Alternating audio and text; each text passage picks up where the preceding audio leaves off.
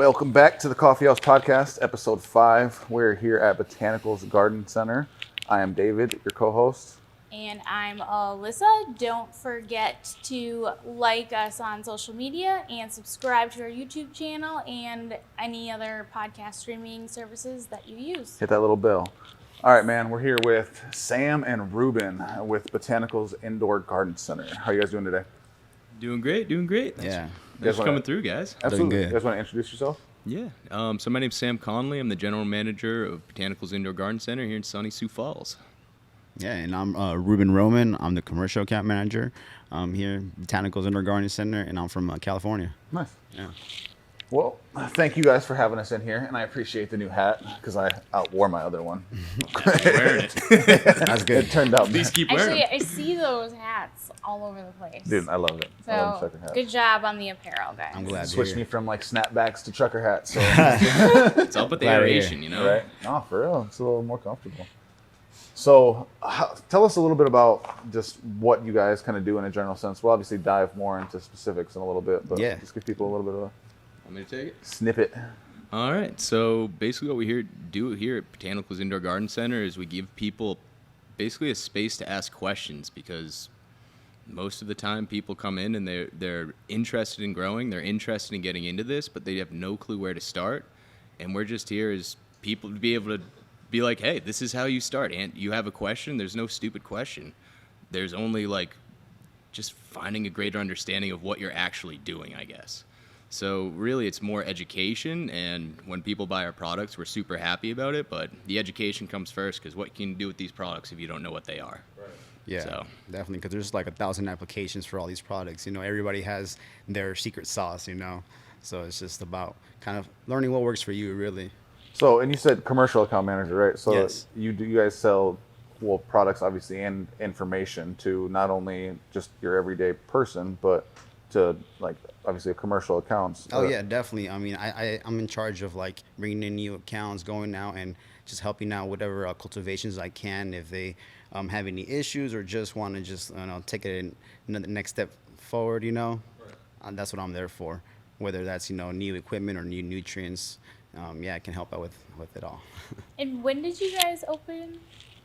September and early Yeah, it was September, end of mid-September, August, yeah. just about. We got it. 22, right? Yes, Yep. yes. Yeah. So we've been open for about 5-6 months now. Nice. You can usually tell how long we've been open based on the size of our tomatoes, because they went in. And that's what I was gonna say, because so like you guys aren't obviously just strictly cannabis, because you guys have a I don't know. plethora of limes and basil and mint and stuff in the back. Mm-hmm. So like it's not, people can come here with any questions when it comes to any indoor plants, right? Exactly. So my start in horticulture came from essentially just doing landscaping and stuff, summer jobs, getting into it and doing plantings, figuring out what soils work for what, figuring out what plants work where based on lighting. After I graduated school, didn't know what I wanted to do, so I ended up going to Sydney, Australia, because I had family over there, and I was like, well, now is a great time to go. So I went over there and ended up getting a job at an indoor gardening center. Or not an indoor gardening center, but it was like a commercial nursery, rather. So indoor plants, outdoor plants, ornamental gardens. So I have a pretty great background in that. So that helps me. It really translates into when people come in here, and even people come in here for house plants, whatever it is, we can usually give a diagnosis pretty easy based on whatever the plant is, how much light it's getting, what position it is. So those kind of skills rolled over into this, where we can not only help cannabis growers, but we can help people that just want pretty plants for their house, or if they want to just rip a whole garden in their backyard, we can get them off to the races in early spring. Yeah. So you're not like exclusively indoor stuff. You can help people with outdoor gardening Oh, stuff yeah. also. Exactly. Okay.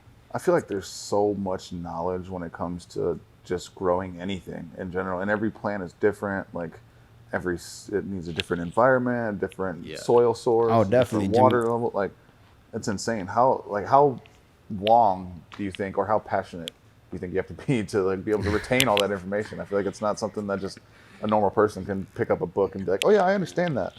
Yeah, I mean, definitely passion comes a lot into it. I mean, just for example, me, like I grew up watching my grandma, like waking up every morning, watering her plants, singing to them, talking to them, my precious, my beauties. And so I come from that. And just so you do have to have some sort of passion for it, I believe. A lot of people say, I have a black thumb, I don't have the green thumb. But it's like you can learn it, and, it's just about, just having that care and that knowledge. A lot of the time it's just the knowledge. If this tells you anything, I killed a cactus. Overwatering. Yep. Literally what happened. Which is really hard to do with the cactus. No, that's I had to go buy a new one. Thankfully, I live right down the street from the Cliff Avenue Garden Center. Right. On like TLS Road. So It was Yeah, kind of yeah. funny, even in Sydney. So at the garden center, we'd have people come in, they'd buy $1,200 worth of plants. And guess what? They'll be like, it was a very wealthy area.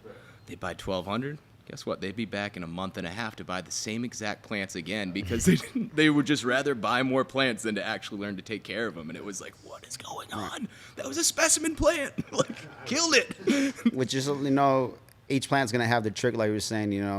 Like tomatoes, for example, they require like high phosphorus and potassium at certain stages, like very high phosphorus potassium. Strawberries can grow with very low phosphorus potassium, like about a 4, and that's nitrogen, phosphorus, potassium. But it's just about learning your plant, and really you can sometimes a lot of times just Google that kind of stuff, by the NPKs. But if you want to learn more about like other beneficials like mycorrhiza stuff, like the fungi and other things like that, or what media is best for like certain plants, like that's where we can come in handy. And yeah, and Google's obviously a great source, but you kind of also have to know what questions to ask too. Yes. Yeah, Exactly. that's a huge one. Like knowing what to ask is a big one. 100%. So the Yeah. easiest thing, like Ruben touched upon, if you have any plant in the world, type the name of that plant in, say I'm growing tomatoes. I search ideal NPK for tomatoes, and the first result will be that number. So it'll be the exact number. It'll be a 444 or a 467. So you can kind of mix and match your nutrients based on that too to be able to match that ideal NPK, and that's going to maximize your plant. So that's just as easy as it gets. Can you explain like those numbers that you just rattled off? 'Cause Yes. I know the last time I was in here, I had you walk me through that because I was very confused. So on every like bottle of product, right? Like there's one right there. Yeah, There's we'll these grab- 3 numbers. See, Ah, okay. this one here. So Yeah. On the bottom left. Yep. Okay. this is That one has all three. The That one? Grow right Oh, there. Yeah, perfect. it has all 3 numbers. So this is Sensi Grow Cocoa Part B from what is this? What is that? Advanced Nutrients. Yeah, advanced nutrients. So if you see on here, it's 1, 2, 4. So that's saying there's 1 nitrogen, 2 NP. Sorry, I have dyslexia. Phosphorus. So these are tough for me. But so 1, 2, 3. So NPK, nitrogen, phosphorus, potassium. Okay. So there is 4 to 1 potassium to nitrogen in this. There's 2 to 1 phosphorus to nitrogen in this. Okay. Yeah, So just the those tell you ratios. the total volume. So if it was a bar, like a bar diagram, Right. then you'd have your nitrogen here, K here, or P here, and K here. So it just kind of gives you the overall And- spread of what's in that. And then different plants need different nutrient quantities at different times Yeah. too. Yes. Dude, yeah. So yeah, you can. What do they say? Basically, yeah, you just simple as it is. If you're growing cannabis, boost your PK and flower. Yeah, I feel like such an idiot when it comes to actually growing Es- stuff. Especially with cannabis. Yeah, especially with That's cannabis. why you're here. Yeah, but it's Yeah, easy yeah. to talk from this standpoint because we've been doing this our whole lives. Right. You know, it's like it seems old hat to us, but these numbers, like I remember when I first started, I looked at those ratios and was like, I'm never Yes. going to get that. That is just 100%. no way. And now it's like, oh, it's NPK. Right. Like full disclosure, when I was writing the outline for this, right, I asked everybody what they'd like to talk about, and honestly, I had no idea what any of the things were. So Leafly was a great help. Shout out Leafly. I wish I would have There got you this go. before 10 minutes ago. Yeah, and so, I just figured, we'll just go through and we'll just ask you about Yeah. it, and you guys will just rattle it off to us, So, obviously, Botanicals coming to Sioux Falls correlates with a specific industry starting, right? Yes. So, can you maybe give us, some background on how that came to be, or what the decision was, or how that all started? So just to clarify, so how essentially Botanicals came to be? To Sioux Falls. Oh, in Sioux Falls? So the owners of our company are Sioux Falls, born and raised. Like, they're all from here.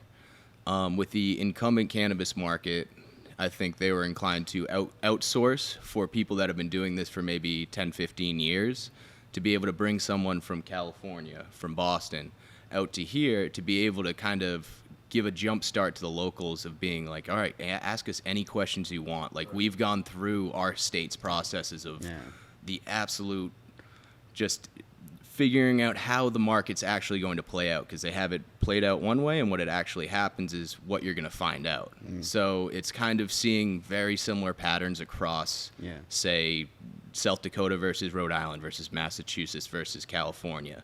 So I think the goal was to bring in people that maybe had a different perspective on kind of the industry, and then be able to talk to people from here, and then now we can figure out what's going on in this kind of market. Right, because it's a new market out here, and it's, compared to California or like, the East Coast, it's like those places are a lot more, open and, free about it. Like California's recreational, you're going to be smelling it down the block, like all the time, really, And it's like for me, myself, like I've been growing since I was about 15, 16, home grows and stuff like that in California. That's how you start.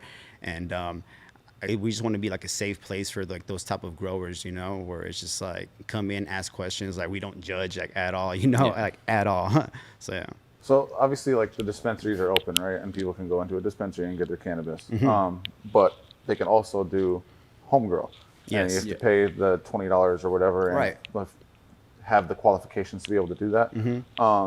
What would you say are like some of the pros? Why should somebody, instead of just going into a store and buying something that somebody else grows, it's already tested, whatever, what would be your reasoning? Well, personally, with like growing anything, not just cannabis, but it's like, what's going into that product, like if any pesticides are being sprayed on it, things like that. I know, it's just peace of mind, really. And like that's honestly the biggest thing, because you just don't know what's out there. You hear like crazy stories of things being laced with certain things, and you're just like, whoa, you just want to stay away from those certain things, And it may also come down to just cost alone. So if I have an initial investment of I want to put up a grow tent in my house, so I have my $20 license, and then I purchase my grow tent, a lot of the times, a lot of patients will consume more than they can afford to, like not more than they can afford, but more than they'd like to afford, to where dispensaries are amazing to be able to go get flower that I don't like. Say that's not something I want to do. I love that I can go down the street and I can go, okay, I'm going to get this flower. I want to try all these different strains. But if you're growing at home, now I can grow those. Say you do, I know some smokers will do, or cannabis users would do like, I don't know, say 4 ounces a month, just because they're a daily user. They need it for pain. 4 ounces a month, and probably depending on the price, probably be one of those. That's the cost of just starting up your grow. So it makes it more economically available for people to be able to grow at home, because you're paying your electric bill. You're not paying it towards these other companies, but again, you still have that option to be able to go down the street and try these new things and engage in this new market, because you're going to learn a lot from just what other people are growing. So you can say, this is what I have, this is what they have. All right, I'm either almost there, I'm pretty proud of myself because this is what I did. Right. So it just comes down to passion, really, is economic freedom of being able to grow it yourself. Have you seen a lot of cannabis patients, like, your customer base in general, right? Like, is it a lot of indoor, just people who want to grow like tomatoes and stuff, or is it a lot of like cannabis patients? I'd say it's a good mix of everyone. So we would say probably about 50% cannabis, say split the rest into 225s, where it's like home growers that do tomatoes. They want to grow just produce in their basement. They want to be able to produce and not have to go to the grocery store, be a little bit more self-sufficient. That would be it's it's a great like revenue stream too. Like if you want to start up your little grow in the back and sell your tomatoes out in the farmers market and things like that. Like those are things that you can get going for sure. Sell to restaurants. You can do all kinds of things. Definitely, especially out here that in the wintertime things aren't as available. So especially during this time, probably is like the best time to have like an indoor garden type deal where it's definitely a good revenue stream. And it's something to do. Right. Those long winters here. Yeah, man. My brain's all the frozen tundra. What else do you have? Sunny Sufas. Might as well just garden indoors. Right. Yeah. Oh, that's awesome. I feel like if I were to get into it and I want to, I can't in the apartment that I'm in right now. But I think strain selection would be huge for me too. Right. To be able to kind of get whatever I want Yeah. and get something that would be like specific to me, because obviously the dispensaries have like a wide selection and it's only going to continue to grow. 100%. But there are some stuff that's like, dude, that mango OG that I had in my senior year, right. I still remember the taste of it. It's Yeah. amazing. And so I want to see if I can, do that again. Yeah. Because nostalgia is a motherfucker. And a lot of times when it comes to strains, it can be like, oh, I remember that high was a great high. Or if it's be more medicinal, it's gonna have to be a lot more with the terpenes and things like that, because terpenes are, very beneficial to like health wise. Like they also work with like CBD and THC. Like it all works, with that entourage effect. And for me, like terpenes, THC, CBD, always like where you want to encompass it. And like testing for terpenes is where I feel like a lot of things have to go as well, because you can be allergic to certain terpenes, and that's where sometimes folks, they try cannabis for the first time and they have a bad panic attack or something. Well, it can be that you were allergic to a certain terpene in that specific strain and kind of made you whack out a little bit and, feel paranoid and kind of, turns you off from that. So knowing the terpenes and everything that's in the actual cannabis too, is huge. And so knowing your body as well, knowing if you're allergic to anything is going to be big too. Now, are there like ways for you to test your own product at home? Because I know like if you get, like, say you buy seeds online or whatever, and you buy a strain specific, but maybe you don't buy from reputable source. Right. And you want to see, like, is this actually what it's, said it's going to be? I think if you could have, I know the way the state does it, obviously it's fairly expensive, and I don't think every home grow can go in there and be like, hey, will you test this for me? Folks might want to do their own research on this, but I mean, if you're a card holder and you have your own like cultivation little thing, approval, I would definitely see if you can maybe go to the state and have them test it, to be able to send samples too. I would definitely look into that, if you have your license and want to get in that extra, peace of mind. Right. Maybe that's something we can look into. Yeah, for sure. Yeah, exactly. I would an say affordable way to do it. Right. The other side of it is also going to be going through like a reputable breeder. So look at the reviews. See how other people who have grown the same strains they are producing, how they've reacted, how they have said, "Oh my God, this is amazing." Because if they've sold to someone that's in, say, California, where maybe that testing is a little more available, or a little, you could probably speak to this better. No, where there may be more infrastructure to support that, and which would essentially cause the price to go down for testing. Sometimes people will comment, hey, I got this strain, I had it tested, it is true, it is actually a 21%er, it's actually a 26. Right. So sometimes when you do pay a little bit more for those seeds, because, I mean, if you've been looking at seeds, sometimes they can be $25 for 10, or they can be $750 for 4. It comes down to what you're willing to pay, and also a lot of the time, the higher you pay for the seed, the more guarantee you almost have on the back end, but you need to make sure it's reputable. Because I could also, tomorrow, have a seed company and say, this is a 55%er, and I'll sell it for $450. I could probably sell about 10 of those before someone comes after me. But I still made the $450, and I'm going to get out of there. So it's kind of just make sure they have a reputable breeder, and they've had a career of doing good things. Right. For sure. So where do people? So in South Dakota, right? There's a lot of laws about cross state lines and that kind of thing, right? So getting seeds for, let's say, cannabis, right? Like, you don't have to name specific companies or anything, but is that like an online thing? Like, are there specific places that you can go online and order them, or is there somewhere in the state that you can get them, or how do you get the seeds? Right. So this is so the easiest way to get seeds is, like I said, look for someone, as simple as it gets is go on DuckDuckGo, Google, whatever it is, search Cannabis Seeds.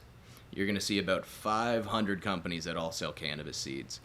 And for the most part, and again, we don't give legal advice, we don't tell people what to do, but basically, allegedly, but really, you can essentially order those seeds from those places, bring it to your house, and from what people do it. I can't say it's to do it, but it it's easy to order seeds online. And with seeds, they're not germinated and things like that. They're not flowering, so there is more of a like legality behind it, And, like novelty leeway. items. Exactly. Yeah. They technically label them as like souvenirs, you know. So they can't get away with that kind of thing. But you're not actually transporting product or anything like that. So you shouldn't worry about it in that sort of way, really. But I would definitely look into it. No, I would definitely look into it. But I know for like commercial facilities and things like that, from what I've read, if you wanted to get things transferred from across state lines, you would have to go through metric system and things like that. Things still have to go through the metric system, like that's just the way things are. Right.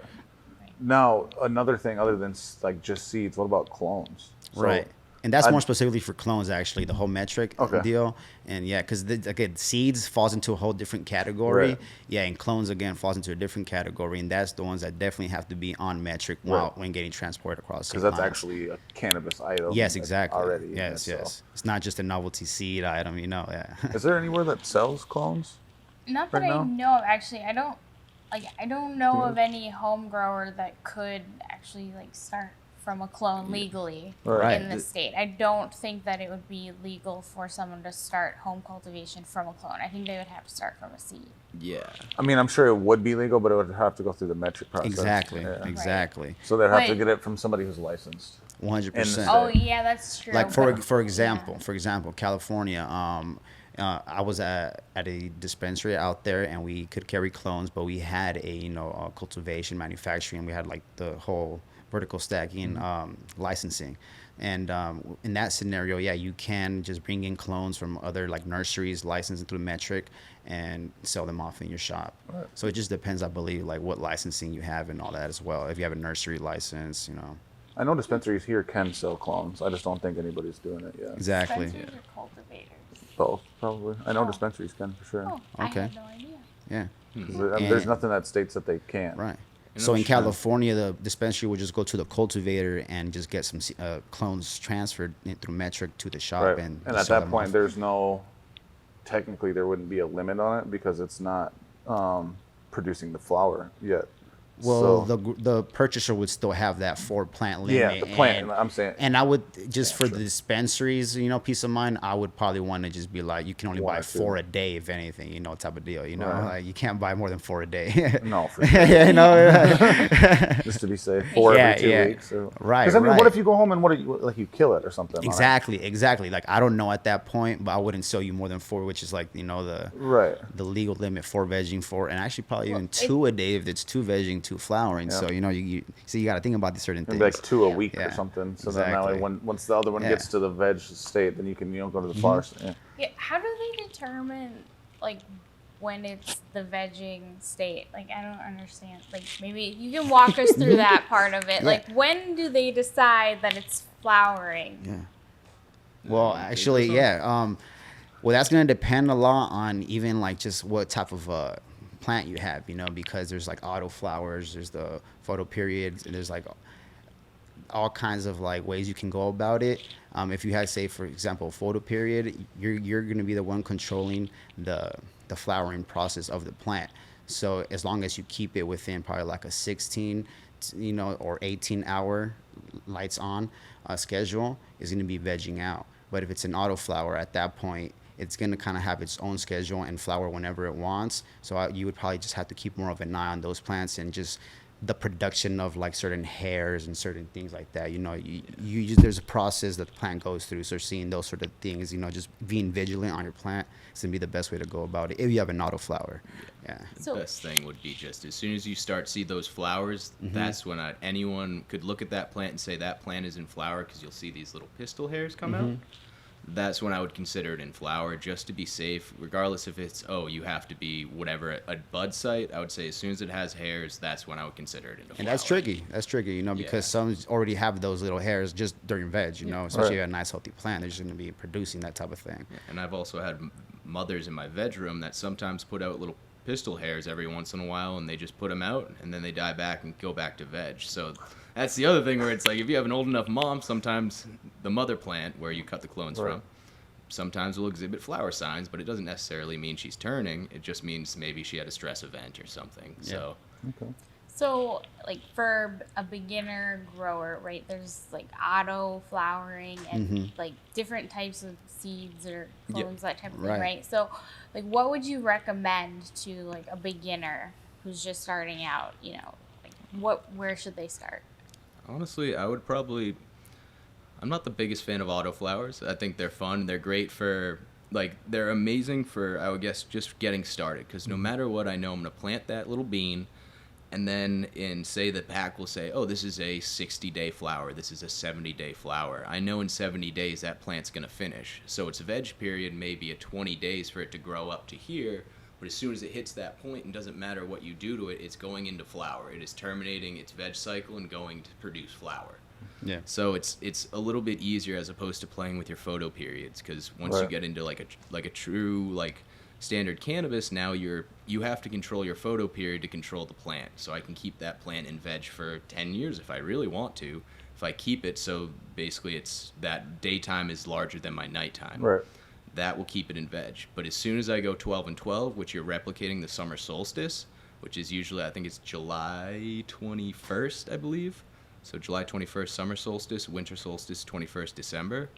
So that as soon as it gets to there, that's when day is half and half perfectly.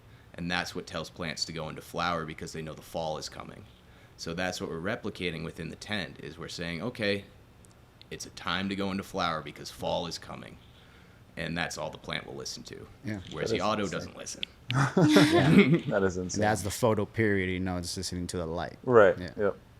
Yep. Is there a way that you could tell, like, if you had a regular plant and then an autoflower, just by looking at it, the difference? Honestly, no. If it was in the same stage, like its flowering stage, producing.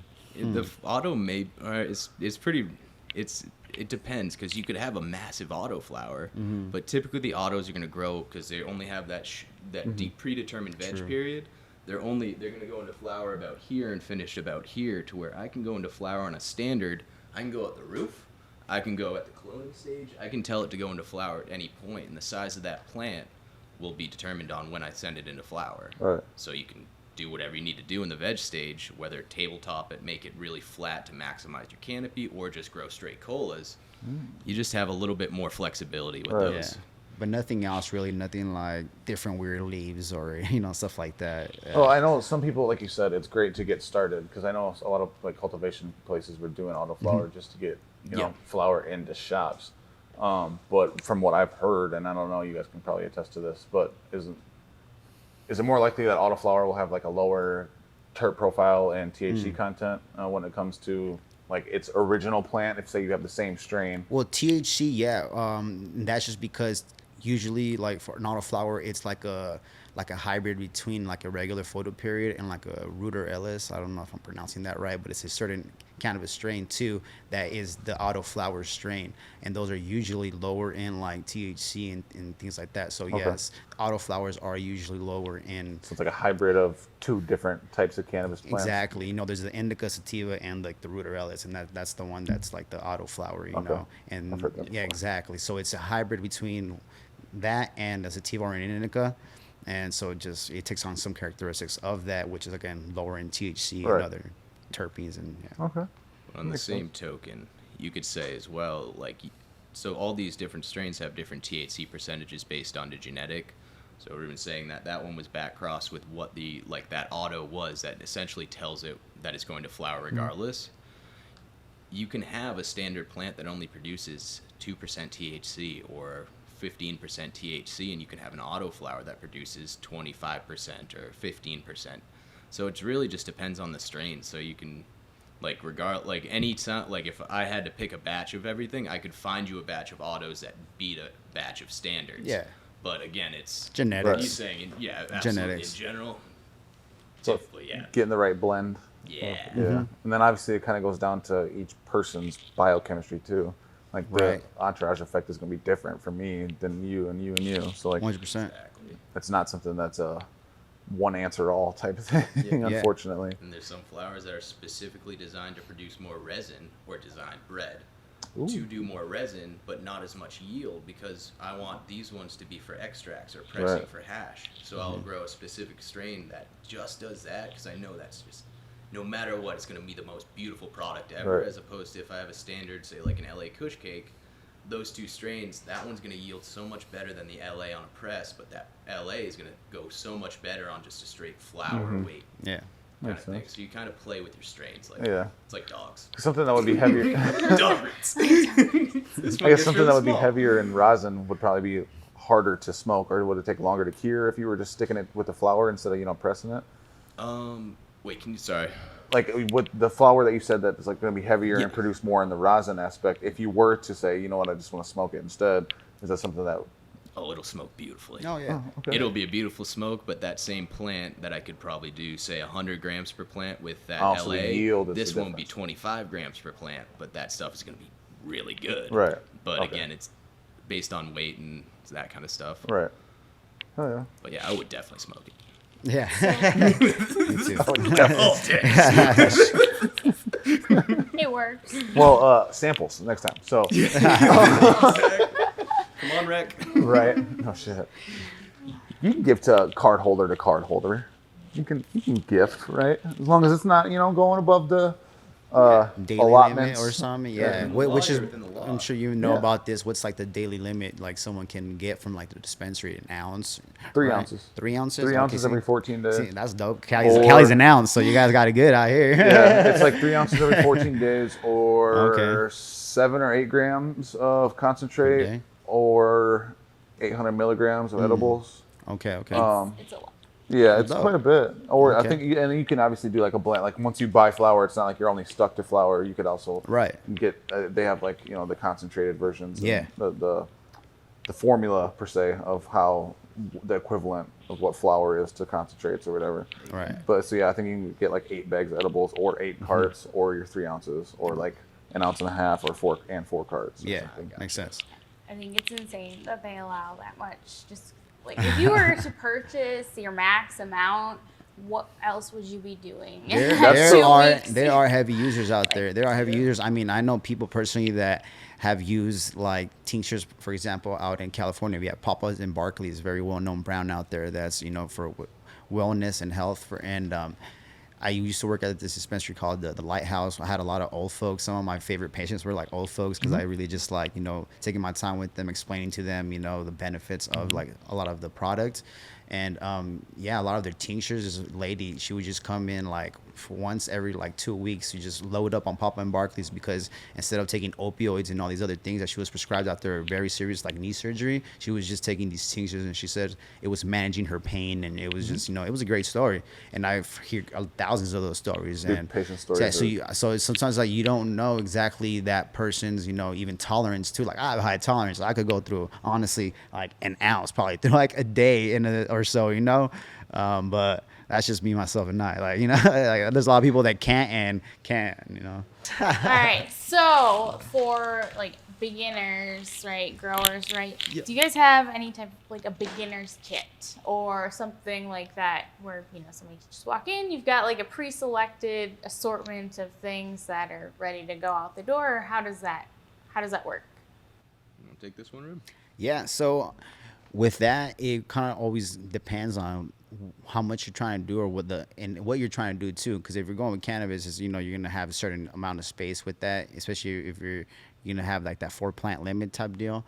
But if you're going with, let's say, like you just want to do some lettuce in your in your basement or something like that, well, how big is your basement? How all these other things come into play, where it's just how big of an area are you trying to cover?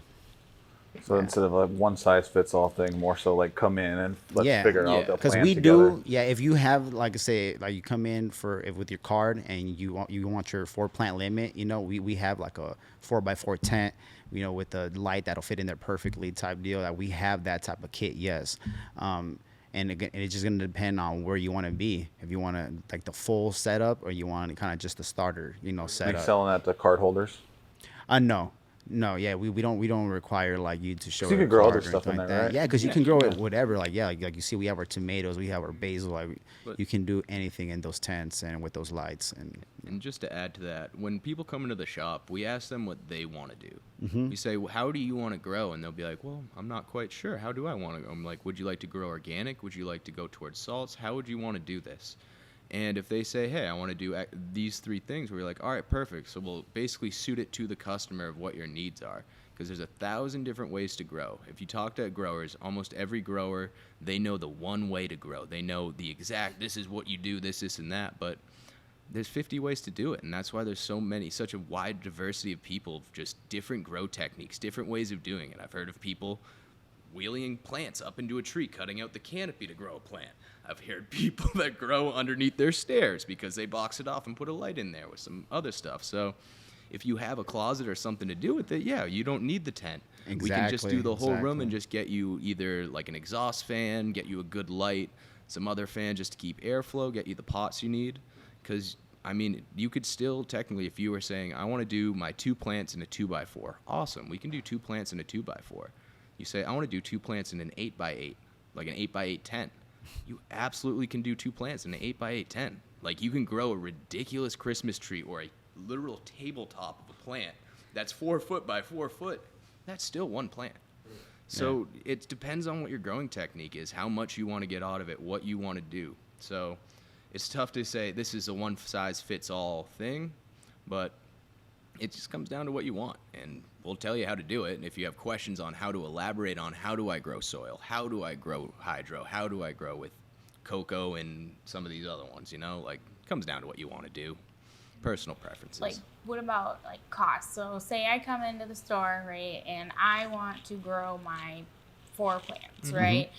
And I just want the basics to get started, and I want you to tell me what to do, right? Like, what are we talking? So when people come in and say that, I'll be like, all right, are you starting from seeds or clones? And they'll be like, all right, I want to do seeds. Awesome. We can get you set up with a great little setup on you could use any racking like this, and we'll sell you a $13 clone dome with 50 cells and a $20 bag of plugs and another $40 light. So under $100, you are off to the races, and now you can practice with that. So now your initial investment is really low, but you're learning. So if you realize this is not for me, I hate this, at least you haven't gone the full way of buying all of that stuff that you aren't necessarily going to need. Yeah. So we always like to kind of have people take baby steps as opposed to diving right in. Some people want to dive right in, but for the most part, if someone's like, hey, I want to grow, and you're like, well, how would you want to do it? You'd be like, all right, let's just set you up with exactly what you need right now. When those are ready to transplant, come back in, and we'll get you to the next step. So it's kind of easier to stage it out both financially and for our own brains to be able to learn, because I'm learning how to pop a seed or cut a clone. Right. And that's it. I don't want you to worry about flower yet. We're not even there. We got a lot of work to do. Right. So we try to start people off like kind of low and slow, and then get them to where they're comfortable, and now they can feel more comfortable making that investment in the next step. Well, I have a new mental list of questions to come in and ask once I get a house, because I definitely need to start going my own. We'll be here, man. We'll be here. Be around. Yeah, and we definitely need to have a dinner. Yeah, seriously. Well, a session, a learning session. Yeah. Yes. Yeah. Do like a Bon Appetit type deal, you know? Hey, there you For the Uber driver to be like, you guys all right? We're good. go. Where do you live? Yes. My eyes are New not house. red right now. Yes, be safe, folks. If you're doing that type of thing, Uber. No, absolutely. Be No, safe. seriously, Do though, not on drink and a drive. serious note, yeah. Bad Do news bears. consume responsibly. Yeah. Or consume any- some CBD. There's other things that you can actually help to like kind of bring down your high. If you're feeling a little too high, folks, like consuming some CBD really helps you balance you out, brings you down. Things like cloves and stuff like that. Other things that really help you just kind of relax. Drinking some water. Typically eating a big meal, a couple Yes. munchies, and falling asleep. works for Exactly. me. 100%. I wake up feeling pretty good the next 100%, day. Yeah. And we're representing cannabis users in this state. This is a relatively new thing in this state. Obviously, there's been a black market here for a while where people have been able to consume, but we are the first, like we as in South Dakotans that use cannabis, we're who they're watching. They're going to see how far you take this. If we are messing up, if we're doing these things, because we're first to market, and this is who people are going to think. This is our first impression. So let's do it responsibly, and let's just stay in our lanes, stay in lines. You know, like it's okay. Like, Not ruin what we got, we but have still. an Definitely. amazing thing here. Yeah. So no reason to push limits. No, absolutely. And you're only going to get yourself in trouble. Exactly. If You don't anything. need Dewey. Yeah. Yeah. They're just looking. They're just They'll looking. throw the book at your Yeah, ass. they're just looking. So There ain't a plan. Well, I think for today, we're going to split this episode into 2 parts. We had some technical difficulties with the microphone. I'm sorry. But we're going to come back in that day or 2, and we'll finish this out. I know we have a lot more to cover. Yeah, this was fun. There's so much. Yeah, seriously, this is fun. There's a lot more information that I have, and I'm going to come with a laundry list of questions next time. So be prepared. And we can also we'll set up a display. So you're like, I want to know cloning. I can have all the cloning stuff you would need and literally teach you on our tomato plants if people want to learn how to clone on this podcast. We can make it like a little informative more instead of just discussion, you know? 100%. Let us know in the comments, like I said, like what people want to learn, and we can kind of cover that too. So. Yeah, exactly. Yeah, like leave us a comment if you want to learn about a specific thing or if you'd be interested in us doing that. This doesn't have to be the only time. Like, we want to come back because, again, when it comes to growing, not only cannabis, but everything, dude, there's so much information that people would fall asleep listening to a 12-hour podcast if we sat and talked about this for literally a whole day. So I think it'll help. But also, it would be dope if we could get some camera shots of what you got back there. Absolutely. Dude, it's beautiful. I mean, and I think people have a good example, and you have everything that they would need, you know, from A to B. So yes, like I like to say, from cure to like harvest, you know, from seed to harvest, all that. Like we can take care of you, because you know curing is a whole other process too. You know, got to do it right, man, Yes, so I can enjoy it. Yes, definitely, man. Yeah. Well, so before we close it out, is there anything that you guys want to plug or anything you got coming up or? I don't know. Follow us on Instagram, Facebook, Botanicals IGC. We usually on there, especially Instagram, Facebook, we do run down some common problems that you have in cannabis. So you can literally go on there and say, "Oh, I have PM. What do I do?" Go to the PM one and just read, educate. Like we want to put it out there for everyone. So no matter what, you have access to the information because it's about access. Yeah, educational posts. Yeah, Absolutely. we have educational posts on CO2 and the different things like that, the benefits of CO2 and all that. Don't want to be the gatekeepers of cannabis. You know, like, there's no need for it. And just there's reach too out. many of them already. Yeah, just reach out to us on social media, through Messenger and all that, and we'd be more than happy to take care of you folks. Absolutely. Well, thank you guys, and I will get to working on that list so we can ask you a bunch of questions. Awesome. Absolutely. Yeah. See you folks Give next anything? time. Yeah, I'll dig more